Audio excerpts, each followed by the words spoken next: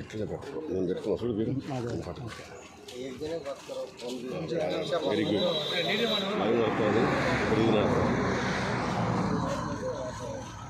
నమస్తే నమస్తేనండి.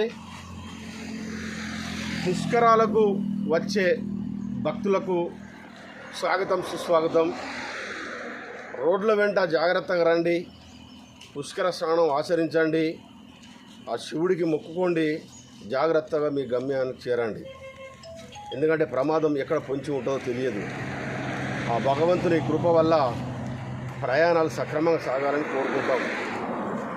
ఈ కాళేశ్వర ముక్తేశ్వర సరస్వతి పుష్కరాలు జరుగుతున్న నేపథ్యంలో ఇక్కడ మాత్రం ఒక బాధాకరమైన విషయాన్ని మీకు చెప్పించబోతున్నాము.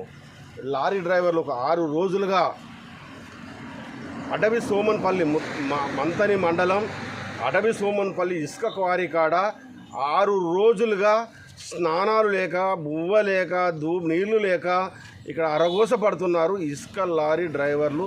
ఇక్కడ ఇసుక తీసుకుపోవడానికి వచ్చిన వారు సరస్వతి పుష్కరాల సందర్భంగా భక్తులు ఆ సరస్వతి పుష్కర స్నానం చేసి మొక్కుకొని మేము పునీతులం కావాలనే ఉద్దేశం ఏమడి వాళ్ళు వచ్చి వాళ్ళు పుణ్యస్థానాలు ఆచరిస్తుంటారు. కానీ ఇక్కడ మాత్రం వీళ్ళని చూసినట్టయితే మరి ఈ పుష్కర ఈ సమయంలో మరి వీళ్ళకు ఇంత బాధ ఎలా కలిగిందో ఏమి అర్థం కావడం లేదు. ఒక 6 రోజులుగా వీళ్ళు ఇక్కడ ఉంటున్నారు. ఒకసారి వీళ్ళని అడిగే ప్రయత్నం చేద్దాం, ఎక్కడి నుంచి వచ్చారు ఏమిటి అని. అలాగే మీ దగ్గర ఎవరు సెల్లు ఉందని మాట్లాడుతుంటే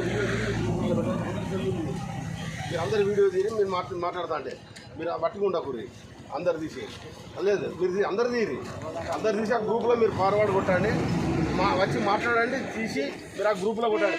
అన్న నమస్తే, మీ పేరేందన్నా? మహేష్ గారు. ఎప్పుడు వచ్చారు ఇసుక వారికి? ఎక్కడి నుంచి వచ్చారు? ఇప్పుడు దగ్గరికి రా. ఎక్కడి నుంచి వచ్చారు? ఎన్ని రోజులు మీరు వచ్చి మీ ప్రాబ్లం ఏమిటి?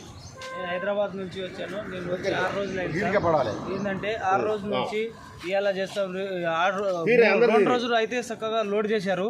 చేసిన తర్వాత ఏమైందంటే 3వ రోజులు ఇక్కడ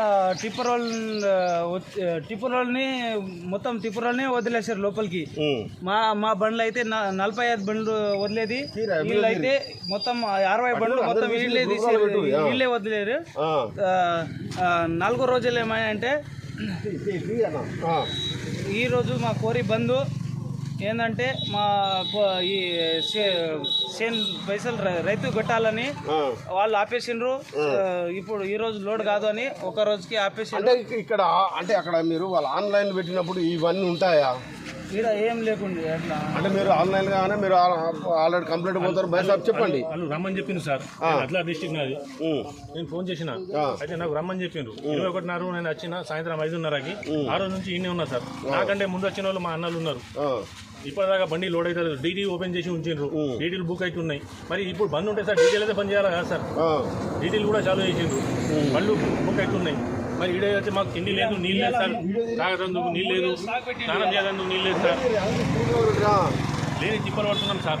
వీళ్ళు ఏమో లోడ్ చేయాలి. ఈ ప్రాంతంలో ప్రస్తుతం ఈ వర్షాకాలము వర్షం వస్తున్నది, గాలి దూరం వస్తున్నది సార్. మొత్తం తగ్గిపోతున్నాం సార్. ఎట్లా మీరు 6 రోజులుగా ఉంటున్నారు? మా కష్టం వీళ్ళు అర్థం చేసుకుంటారు సార్. లేని తిప్పలు పడుతున్నాం, అన్నం టైంకి లేదు సార్, స్నానం చేద్దామంటే నీళ్ళు లేదు, తాగదందుకు నీళ్ళు లేదు సార్, తాగేటప్పుడు నీళ్ళు కూడా వారి వాళ్ళు ఏమంటున్నారు? నిన్న ఏమన్నారు